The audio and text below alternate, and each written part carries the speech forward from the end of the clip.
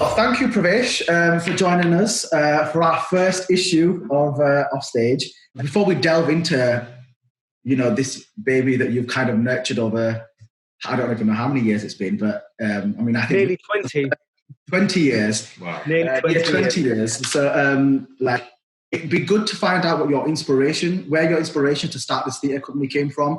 Was it even a theatre company? Was it something else? And what's been your journey in forming to where, the initial sort of stage where you were able to make your first show? Well, thanks, guys, for doing this. It's a really great idea. And, it's great to be able to talk about our own experiences. And I suppose the reason I started this theatre company really was because everything I saw in the 90s and late 90s was predominantly made for white audiences, or the writer was it was an adapted play from a British classic. And I thought, nobody's really telling our stories authentically in a way that I might want to see it, or our families may want to see it. And I noticed that predominantly, if you went to see a British Asian cast on stage, the audiences were white.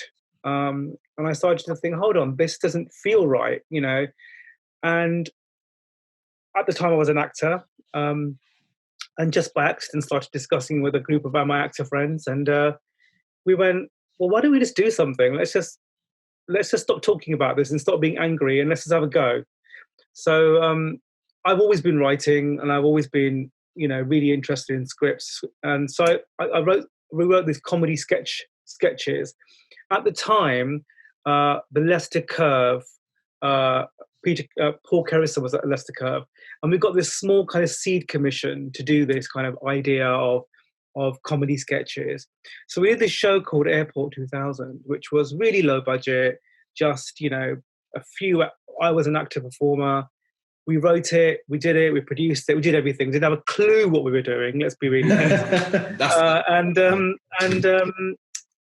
We hit upon this massive audience, this kind of ignored, underrepresented audience who just wanted to go out and see ourselves as we are, no issue-based stories, just be able to laugh at ourselves and be as quirky and funny and silly and normal as we see everybody else.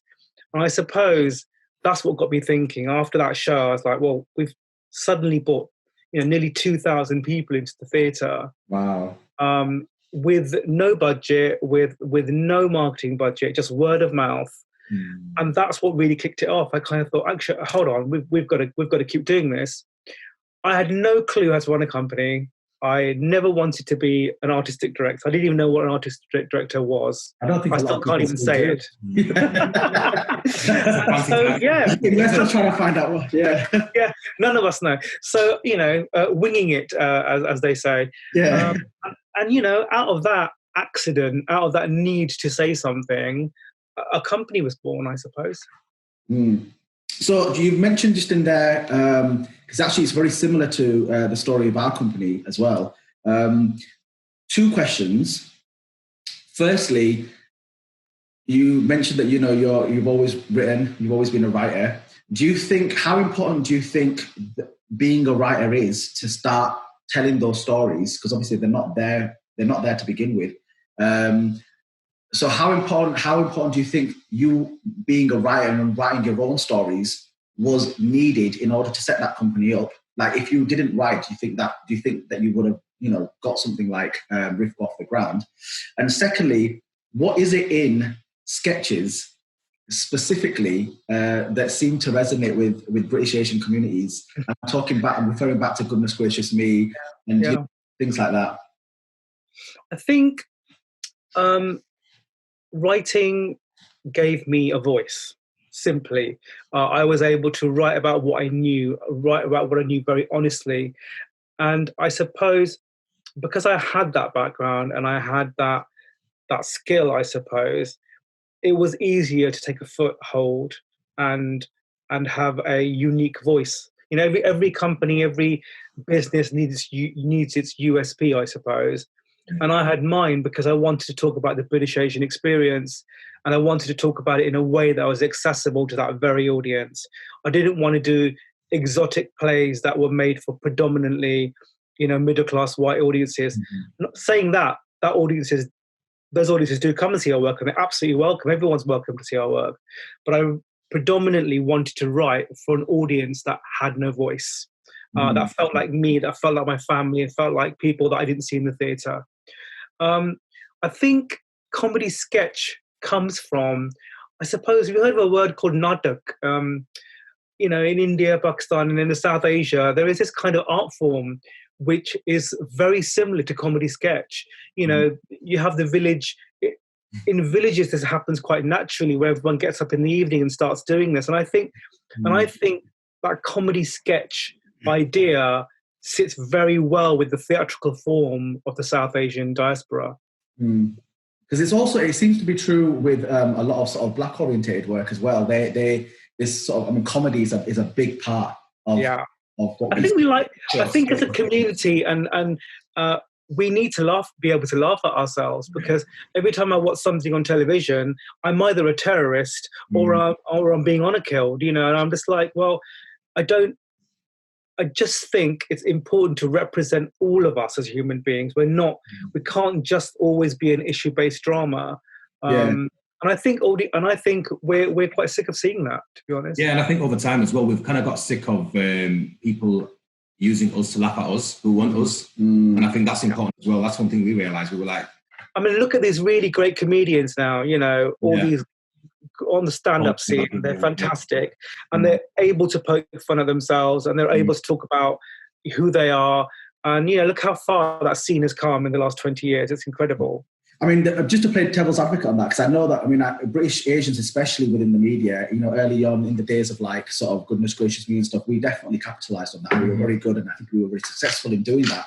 But there has been a backlash since then that,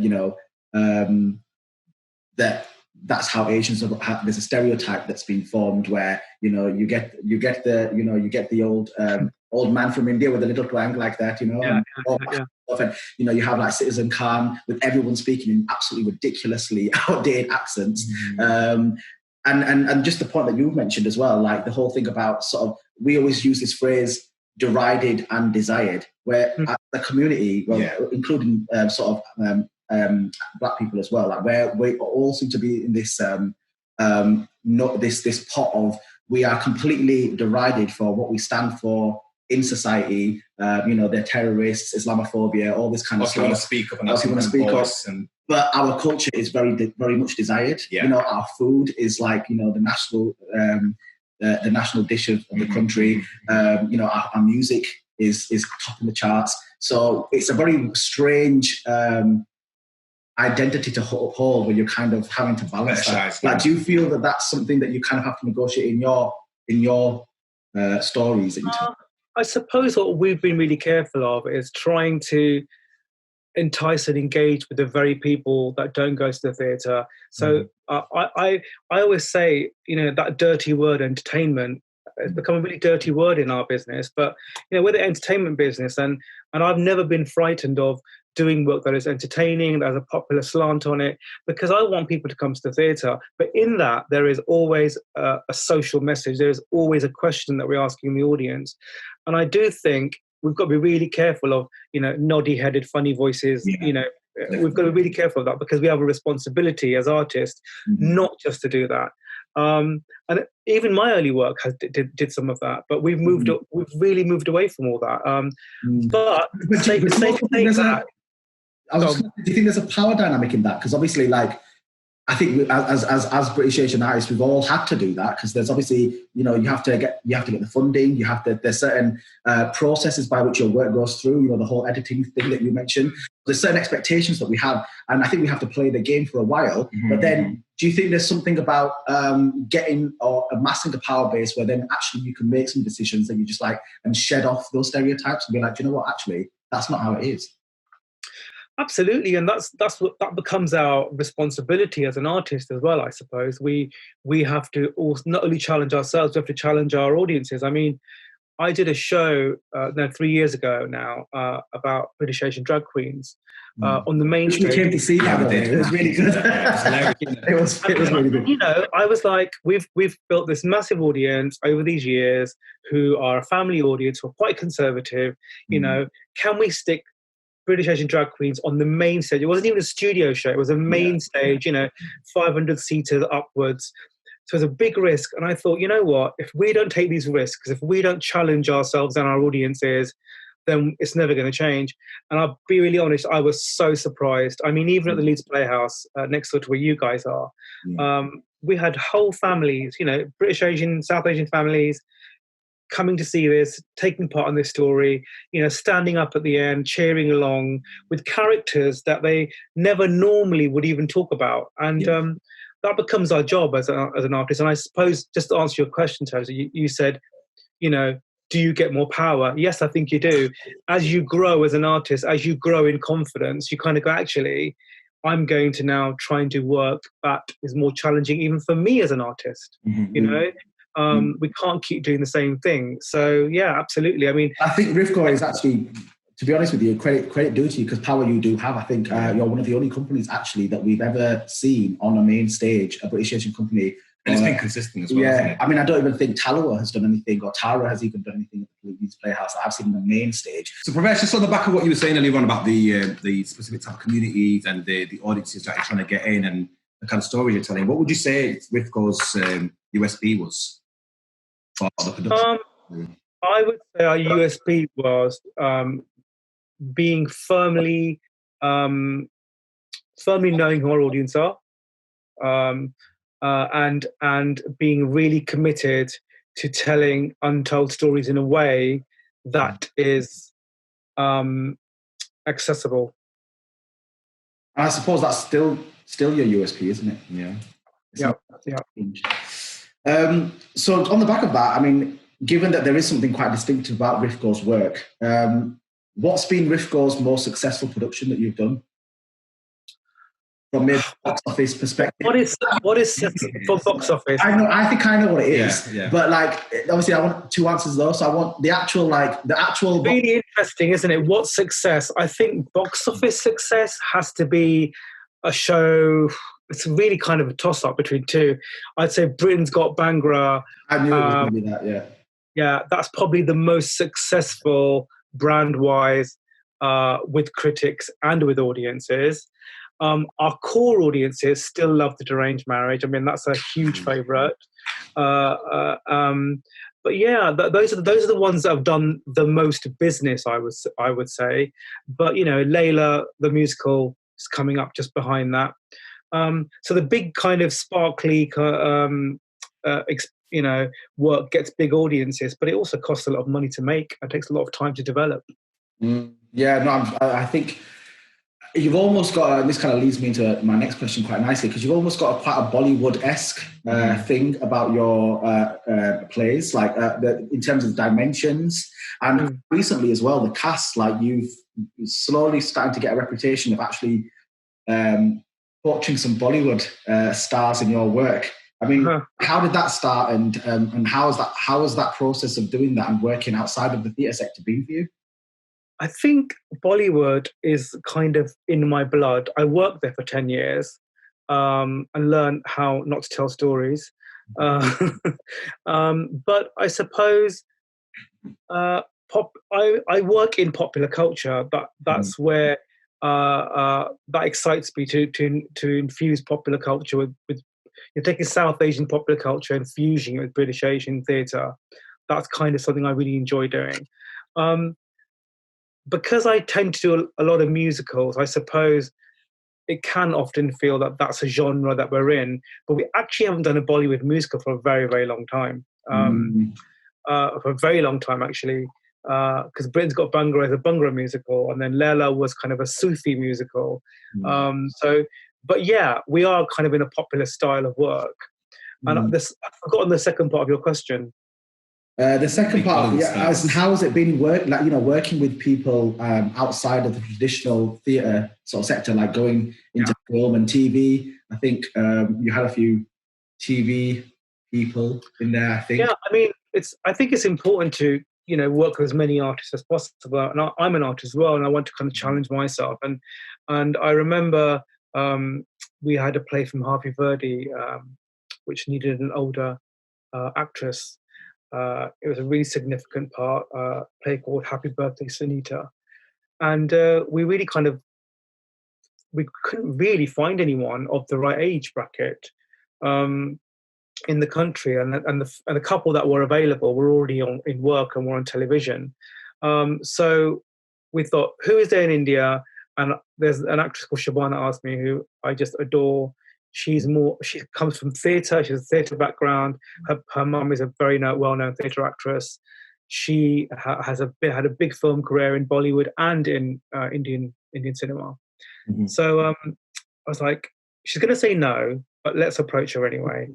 And I believe in always, huh?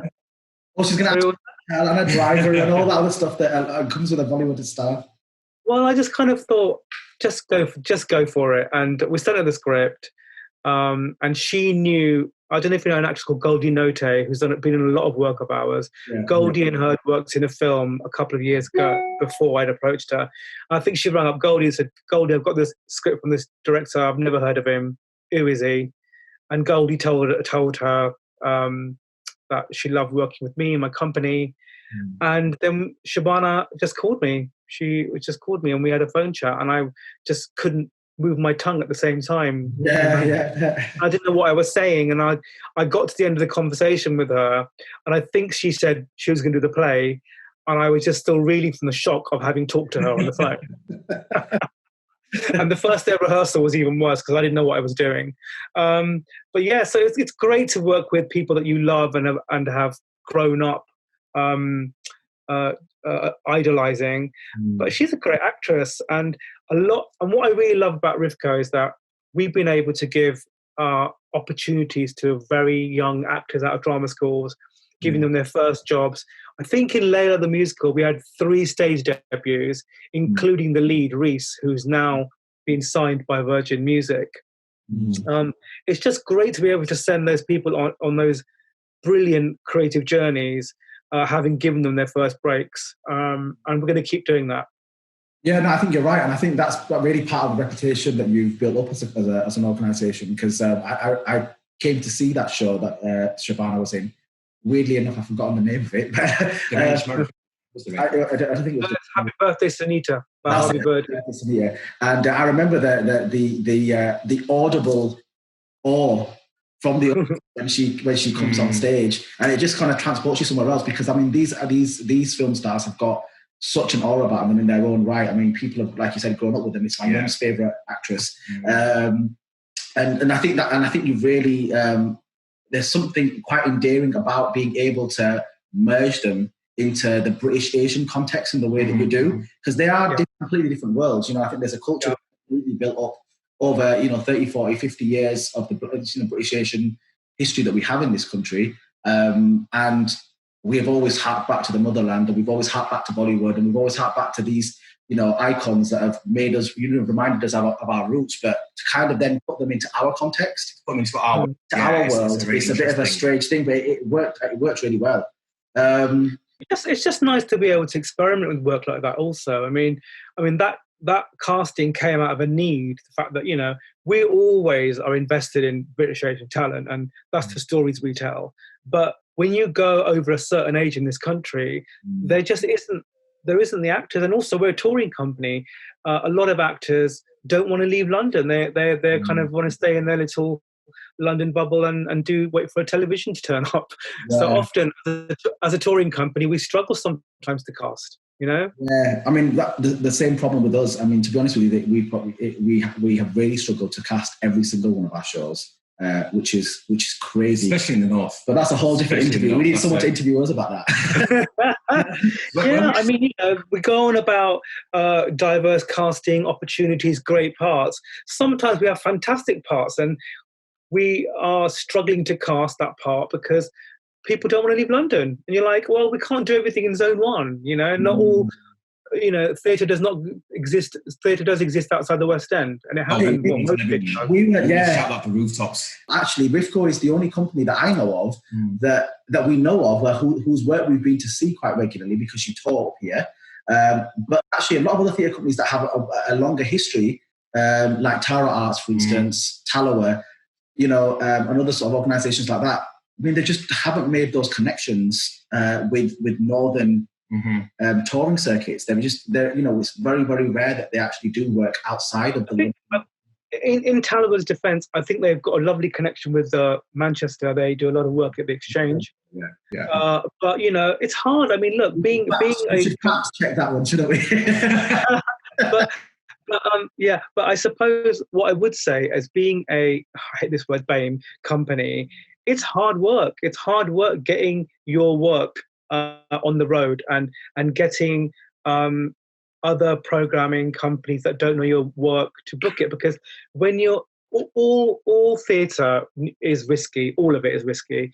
But I suppose when you're of colour and the person that's booking your work doesn't know the significance and the importance and the fact there's a massive audience for the work, they see it as risky. So I spend my life going, this is not that risky. I've got Shabana Azmi in this. It's going to be 100% sales. Yeah. And then I have to send Shabana Azmi's bio. This is India's Meryl Streep, by the way, we're talking about. Yeah, and it's really, yeah. And I remember having this conversation with a commercial theatre just outside London who were like, oh, no, we don't know who she is. We're not going to book this show. And I said, look, you're making a big mistake. And that theatre didn't book the show. And they regret it even now. They regret because they lost a lot of money. Yeah, no, exactly. Of course, we can't name and shame, can we? No, but we're still building that reputation up. Maybe one day we'll be known as a Jeremy Paxman type interview. Where would you say Rifco sits in relation to the wider art sector? Especially like we're talking about, the whole BAME companies. And where do you think you guys sit in relation to other BAME companies that are quite comparable to the kind of work that you guys do as well? I suppose I don't know what that means. All I can say is that we just do what we love doing, and we love making untold British Asian focused theatre that we think is going to get audiences into theatres. I'm not interested in making work for myself, for my mum. I think too many theatre companies, including theatres, make work for themselves and then they wonder why the audience haven't turned up. And I think I don't do that. I don't make work for me. My taste is really varied. I suppose the other thing, I think what we're different is national touring gives you a different focus as a company, I suppose. When you're touring a work that's going to start in Southampton and go up to Leeds and Newcastle and Manchester, it's got to have national appeal. And I think very often when I read plays from new writers, they're writing for the London bubble. They're writing for the Royal Court or the Bush, which are great theatres, but they have their special audiences. And very often you read these plays by writers that have been written for that audience, and you're like, well, how's that going to work in Leeds? How's that going to work in Sheffield and Southampton? So that becomes a responsibility as a company when you're making the work, I suppose. So that is a really interesting point that you make there, because I think it is quite obvious that obviously you definitely a lot of your stories are informed by the popular culture, and playing to large audiences. They do have national significance. They do have themes and plots and things in there that are actually quite globally understood by British Asians. Not British Asians, but Asians generally. There's a conversation in there, isn't there, about commercialization versus localization. And I think a lot of theatre companies, a lot of venues really try and champion that local spin. Yeah. They ask for local stories and local this and local that, which is fine, and they get their share. But there isn't, because of the way that system is done and the way that writers are created to be able to get those local stories on, you're really losing out on actually building a commercial viability for British Asian or Black theatre, which is something that you've managed to break out of. Yeah, and like I said, because it's because I make theatre. We, not just me, but we make theatre for audiences. It's that simple. We go, we don't put anything on the main stage that we don't think people won't want to see. And, I just think when you run a building, like when you run like Watford Palace Theatre, Bridget there has to make work for Watford. That's what she is there for. But companies like us are much freer to think nationally and internationally. We can think, we want to make a piece of work that has resonance beyond Watford and beyond just certain towns. But then look at that. Look at the success of Sheffield theatres, the Crucible Theatre. Everyone's talking about Jamie. I mean, that's a very local story, but it's so brilliant and so relevant to everyone, and there's no stopping it. It's now going to be a feature film. So I think it's also local theatre can do much more than this play to locality, I think. Yeah, I think especially the kind of issues that, especially with the play that you just mentioned, it's the kind of issues that the accessibility is there rather than just being local. I mean, the story's about someone local, but the issues you're dealing with within that play, it's a bigger issue, isn't it? Yeah, exactly, and they're on a, not even on a national scale, but on a global scale. But also, and it's done in a way that's very accessible. It's a musical. Yeah. Also, as well, do you feel like there's this sort of parallel narrative about our communities running? So you have this one perception of how British Asians live, work their lives that the wider society knows about, the way that we're presenting in the media, the way that artistic directors of venues think of us.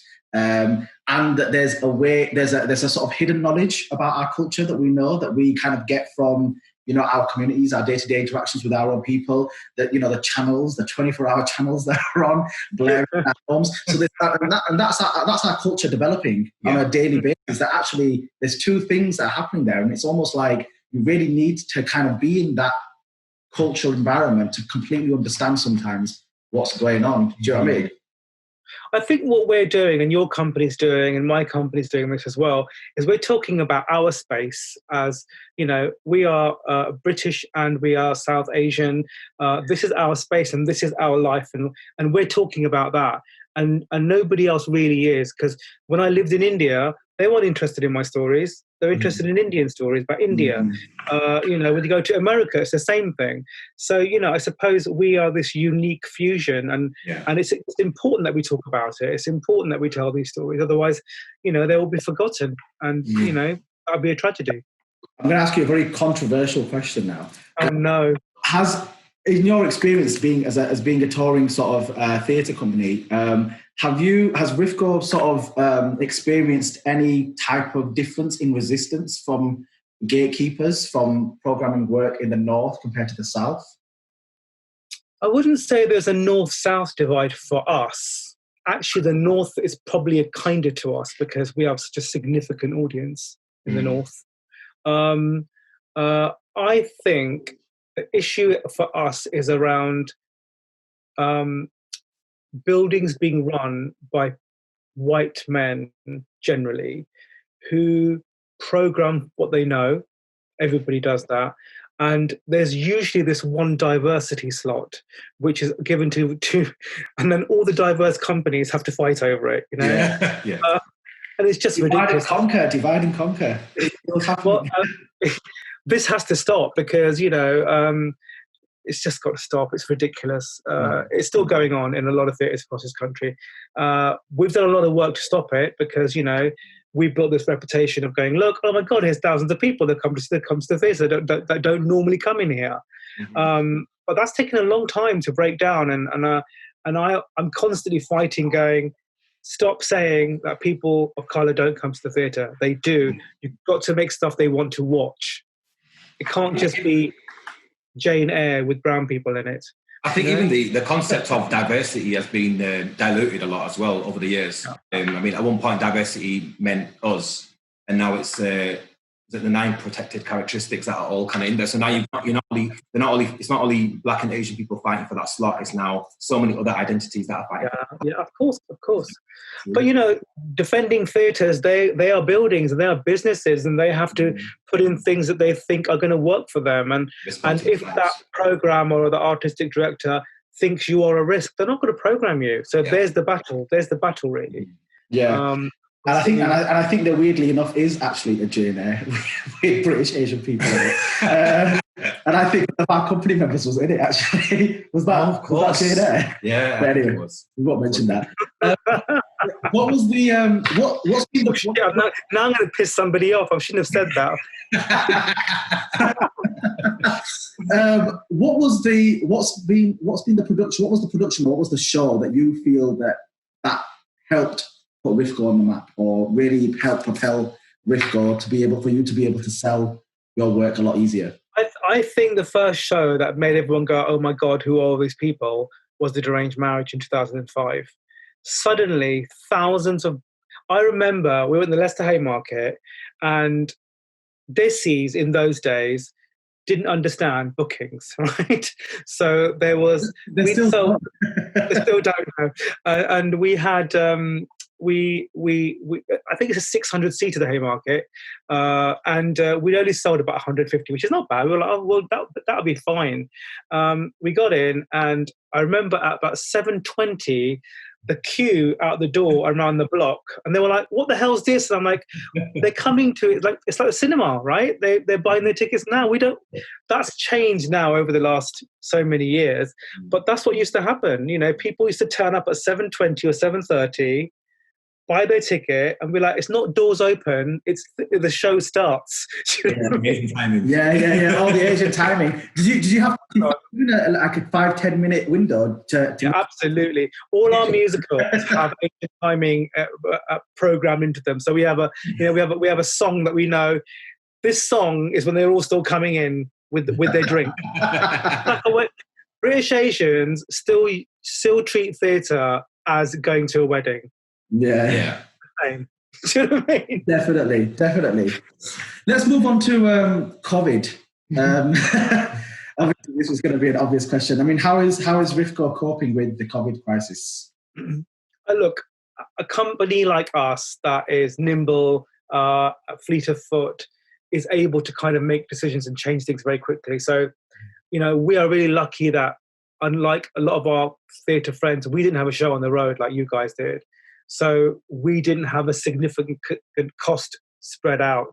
Normally we would have, and we would have been in dire straits if that had happened. So we were actually okay. But I think the problem for touring companies like us are going to happen much later. I think we're going to be looking at a very long, difficult time, because everything Rifco and touring companies do is about partnership. We partner with our buildings, who we co-produce with. Now, if our buildings are struggling, how do we co-produce? How, they're going to be struggling to keep open. They're going to be struggling to make their own work. And I think what's going to happen is companies like us will be finding it hard to find those partners to make those big shows. So that's the struggle now. Now we're starting to think we may have a long-term impact, which could be up to 2 years of... We've got a big scale musical in the pipeline, which we had trying to get ready for next year, but I doubt that we'll be able to get the 4 partners we need to put that on right now. I mean, obviously we're hearing reports in the media now with the theatre sectors is definitely the hardest hit during this crisis. We're probably going to be the last sector to really fully start functioning again. I think South Bank yesterday announced that they're not going to start programming until April 2021. Wow. So we're in the intermission period, I suppose. Yeah. It's a tough old thing because you can't social distance theatre. You really can't do it. You can't social distance the actors and the crew and even the audience. It's an intimate experience. Theatre. It's about breathing the same air. It's about it's about shared experience that you can't devoid. You can't social distance. Yeah. I mean, social distancing is the opposite of theatre, isn't it? Completely. And I think that's more true with Rifco production as well, because usually your audiences are up to the rafters, to be honest. And there's no way any social distancing in there. It's all those beers they have in the interval. Yeah. Well, we were actually having the opposite conversation. We were saying that, like they always these venues always keep saying that we can't pull in audiences. Black and Asian players can't pull in audiences. And maybe now's our time to get a program, because we'll be like, we can really sell the social distancing and say, look, we're only going to get 5 people anyway. But obviously that's just probably setting us cheap anyway. But what's in terms of during the crisis, really glad to hear that you guys have been okay. What is Rifco up to during this period? What can audiences do? How can they engage with you right now? I know you've got a few initiatives on, you're putting some work online, but just tell us a bit more about all that. So we've moved a lot of our program online. It's really exciting. I think it's vital that at this time we keep creative and keep giving work to artists. So we've got our Desi lockdown videos coming out now.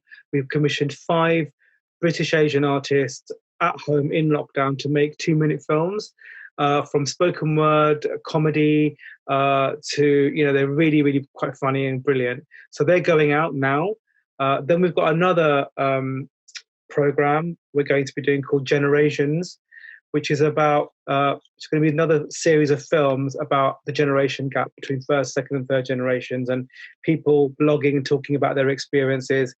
And I think that may turn into some kind of verbatim work for us later on. We're also thinking about social distancing live theatre, because we are a live theatre company. No matter how much digital work we make, making live theatre is what we do. So there's a social distanced live theatre project that we're going to be piloting in September. Oh, that's what I'm going to do right now. Yeah, that does sound interesting. Maybe you could incorporate it into the actual work. Like, I don't know. Think about David Cummings again. Not David Cummings, but Dominic. Dominic. I always get these people's names mixed up. They all seem the same. Anyway, they all sound the same to me. That's a joke, by the way, of the amount of times that when I was asked, can I call you Paul? I'm like, no, my name's Pravesh. Just call me that one. So, I bet you had quite a lot of producers getting Shabana's name wrong at the beginning, baby. Yeah. In terms of just sort of wrapping up with the last question, in terms of, obviously you've got a lot of things that you're planning. There's a lot of things in the pipeline during the COVID period. Is there anything? And obviously, I'm really glad to hear that you're going to look into this potentially new model of how live theatre could happen with social distance in mind. And when you do find that formula, make sure you hit us up. Yeah. Well, we're already talking to a couple of companies. We're already piloting the idea, so hopefully you'll hear about it soon. Yeah. And just finally, is there anything that is there any last bit of insight that you could impart to inspiring British Asian creatives out there who have ever felt any of the needs that you felt as an artist to do what you're doing? I think you've got to just get up and make work. I think the time of waiting for someone to give you a job to, publish your voice is over. Just get up and do it. I did that, and I can't believe 20 years on, I'm still making work. And I feel really blessed to be doing that. And I thank the gods that I did that, that I had the courage to do it. And I think that's what it's about. Get up and make your work. Fall on your ass a few times. I fall on my ass all the time.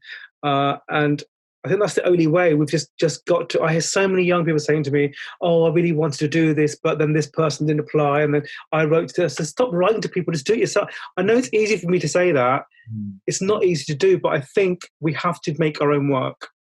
We are online right now. We've all got video on our cameras. We can make work. We've got audiences. I think it's a very different world, and I just implore people to do as much as they can themselves. And that's how we can change things. And Rifco is there to help, right? Of course. We have an associate scheme every year where we take on 5 associates. And we've got, this year it was 5 writers, but it changes every year. That scheme is all about real opportunity. It's not about putting you on a course and then sending you off somewhere. It's about finding a real doorway to go through. And sometimes that doorway is us. Sometimes we produce that work ourselves, or we'll send it to the right person, or the right producer. So yeah, we're there. We're a resource. Obviously, we're a small team, so we can't do everything.